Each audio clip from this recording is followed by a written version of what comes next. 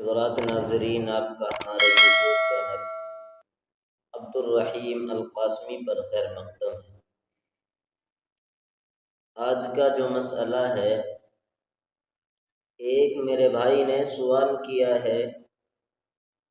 کہ سونے سے پہلے اور سونے کے بعد، یعنی سو کر کے جب اٹھیں گے مسواک کرنا کیسا ہے؟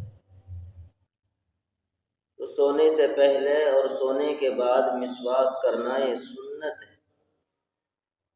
اور اللہ کے رسول صلی اللہ علیہ وسلم کا سونے سے پہلے مسواک کرنا